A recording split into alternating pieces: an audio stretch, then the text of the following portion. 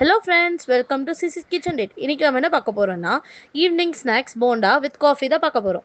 இங்கே பெங்களூரில் நல்ல மழை பெய்யுது கைஸ்.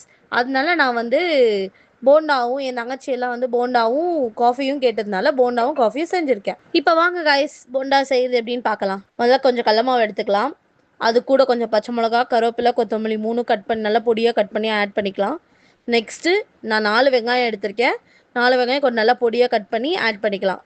இது எல்லாத்தையுமே நல்லா பிசைஞ்சு கொஞ்சம் தேவையான உப்பு போட்டுட்டு, நம்ம காரத்துக்கு ஏற்ற அளவு பச்சை மிளகாவும் போட்டுக்கலாம். நம்மளுக்கு டேஸ்ட்டுக்கு தேவையான அளவு உப்பு போட்டுக்கலாம். உப்பு போட்டுட்டு இப்போ தேவையான அளவு தண்ணி ஊற்றி நல்லா அந்த கன்சிஸ்டன்சி வர அளவுக்கு நல்லா மாவு நல்லா பிசைஞ்சிக்கலாம்.